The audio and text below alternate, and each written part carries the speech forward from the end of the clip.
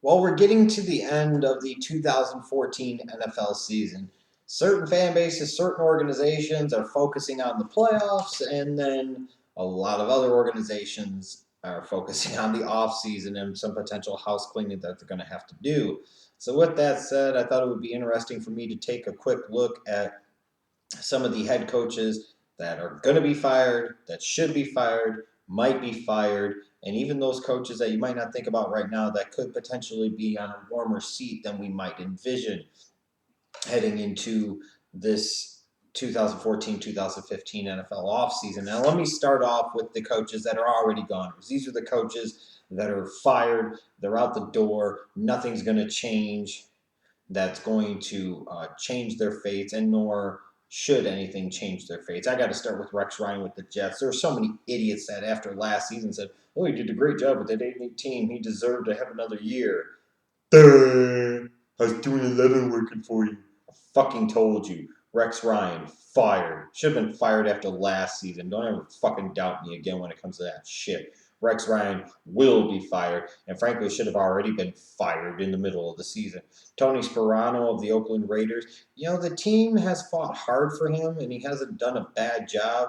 But I mean, again, you're bad. You're still bad. You're going to be bad probably for a little while. And is Tony Sperano really the guy you want leading the team long term, especially knowing you're probably going to fire McKenzie and bring in a new general manager?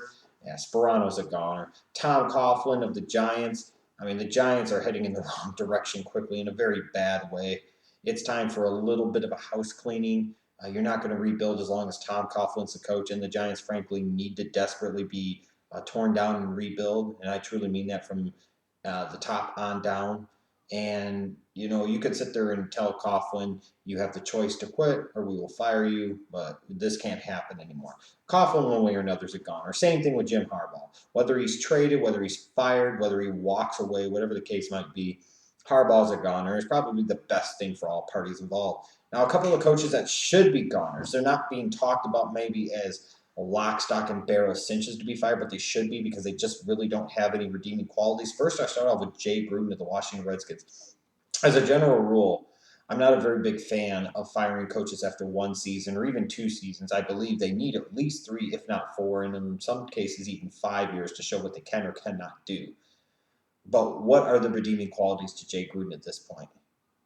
The Redskins haven't improved really any from last season. He's an offensive minded head coach, and their offense stinks. He has horribly botched the handling of the quarterback situation, namely RG3. I mean, this is a guy that thought his team was better off starting Colt McCoy than RG3. I mean, just what the fuck is this guy doing? The Redskins are 3-10. How can you envision it, frankly, at this point in time, getting any better under Jay Gruden? I thought it was a solid hire for him. I was wrong. This guy's in over his head. He's a clown, and he should be gone. The Redskins need to really totally reevaluate what they're doing as an organization. And do you really want Jay Gruden around, especially if you're going to keep RG3 at least another season? Yeah, I don't think so. And then Mark Trestman of the Chicago Bears. What are the redeeming qualities here? You had the idiots in the media and the idiot fans that buy into the crap that the idiot media puts out there early on in the season, talking about one point in time in Trestman's second season, he had the exact same record as Lovie Smith and Mike Ditka and da. And the funny thing about that is they managed to fail to bring up key points that are critically important, such as in Lovie Smith's second season, he took the Bears to a division title and a playoff appearance. They failed to mention the fact that by his second year, Dave Wanstead, of all fucking people, had the Bears with a winning record, and they won a playoff game under him. That ain't happening with Mark Trestman. There's no progression. There's no improvement. There is only regression. This is supposed to be the great quarterback whisperer, and apparently he's whispering at an octave or decibel level that Jay Cutler can't hear because Jay Cutler is a tool. This defense is terrible. This team has lacked fight. They have been boat raced on numerous occasions, and so often throughout the season just looked like they flat out didn't give a shit. And that's directly a reflection of the leadership or lack of leadership in that locker room, in that organization. There just is no reason to keep Trustman around. I mean, after 2 years, I think we've seen enough. It's time for a change because it's only going to get worse in Chicago before it gets better. And is Trestman really that guy? I mean, and you think about it, it's the Bears. You got to really say to yourself, when does it become a sunken cost? Bruce Arians was on the market after 2012. Mike McCoy was on the market in 2012. Andy Reid was on the market in 2012. And you decided to go to the CFL to find your guy. Trustman's got to go. In terms of some other coaches that could be goners, I'm not going to guarantee that they are, but there's a chance. I think Ron Rivera, Riverboat Ron of the Carolina Panthers. I mean, you're talking about a division where the division leader is 5-8, and it's still not the Carolina Panthers. This has not been a good season for the Panthers. I predicted it, I envisioned it, but man, they have just looked terrible, and it could be the end of the road for Ron Rivera. I'm not 100% sold that it will be, but it could be. Gus Bradley of the Jacksonville Jaguars. There's things I like about him, and the Jaguars' defense is starting to play a little bit better. But the Jaguars are still 2-11. They still suck. And I don't know if Bradley's going to get a whole lot more out of them anytime soon. I mean, at some point in time, the general manager, David Caldwell, is going to have to sit there and say, is this really the guy that I want leading my organization long term? I don't expect Bradley to be fired, but it's a possibility. Doug Marrone of the Buffalo Bills, I think he could be a goner with the new ownership situation and the fact that he sat there and benched DJ Manuel for Kyle Orton, basically saying he was all in, that it was playoffs or bust this year. Well, the Bills probably aren't going to make the playoffs. And if they don't make the playoffs, then why did you bench Manuel for Kyle Orton? What did you accomplish? It was a risk-reward situation. You took the risk. There was no reward. Your only reward now should be your walking papers. He is a guy, especially with the new ownership group. They might be looking for a change. They might get hot on somebody like a Frank Reich. I think Doug Marrone is a strong possibility to be gone after 2014.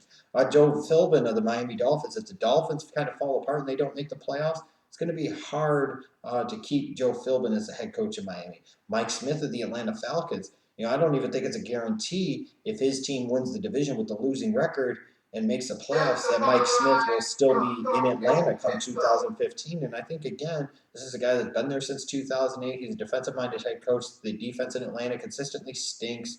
It just might be time for a change. And he could very well be gone, and it could be a situation where Arthur Blank gives Dimitroff one more year, but he says, I've had enough of Mike Smith. It's time to move on. And then there are some other coaches where I think the seat's going to get warm. You'd look at Lovie Smith in Tampa. I don't think he could be gone after this year, although I guess anything is possible. I don't think he should be gone. But the seat's going to get a little warm. I mean, 2-11 is still 2-11. Greg Schiano was so bad, but Lovie Smith is 2-11. He's not exactly setting the world on fire. And you look at Ken Whisenhunt for the Tennessee Titans. They fired Munchak to start this year out 2-11. What has Whisenhunt really brought to the table? What has Whisenhunt done to make this organization any better long term? His seat could get warm in a very big hurry. And then I look at a guy like Marvin Lewis of the Cincinnati Bengals. You might not realize it, but he's the second longest tenured coach in the National Football League. He's been there since 2003 with a couple of playoff appearances, 0 playoff wins. You just get to the point when you wonder, if the Bengals don't make the playoffs this year, how can you continue to have this guy in the fold? Is your whole mission just to hopefully contend for a playoff spot and maybe get there? Or do you want to do more? And do you need somebody that could really get you over the hump? I applaud the Bengals for keeping that stability and that consistency in their organization with having Marvin Lewis be the head coach the past 12 years. But there does come a point in time where you say it's maybe time for a change. And then I look at Jeff Fisher of the St. Louis Rams. At some point in time, you can only hide behind the youth and the potential talent on the roster for so long. Fisher is a quality coach, I do believe, and I do think he gets a lot out of his players. But at some point in time, you got to look at it and say this is going to be perhaps the 3rd straight losing season for the St. Louis Rams. He was very much on board the Sam Bradford bandwagon. And when it comes to the quarterback position, sometimes Jeff Fisher can be a complete tool. And he most certainly was in the case of Sam Bradford. How in the fuck could you sit there and say that you believe in Sam Bradford? What has Sam Bradford ever done to make you believe in anything that he did?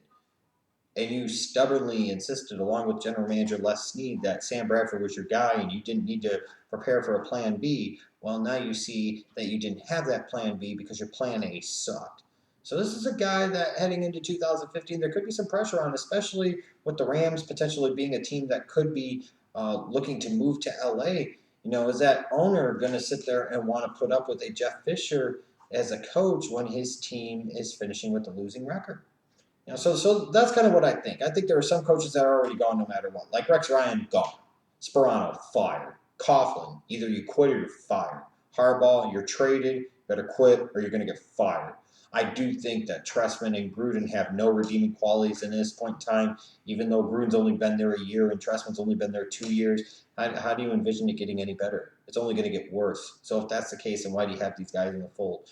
This could be a very topsy-turvy offseason for NFL head coaching jobs. You could have, as few as 4 openings. You could have as many as 9 or 10. I would tend to believe there's going to be at least 7 or 8 at the very least head coaching vacancies in the National Football League. It'll be very interesting to see. I know I can't wait to find out what happens.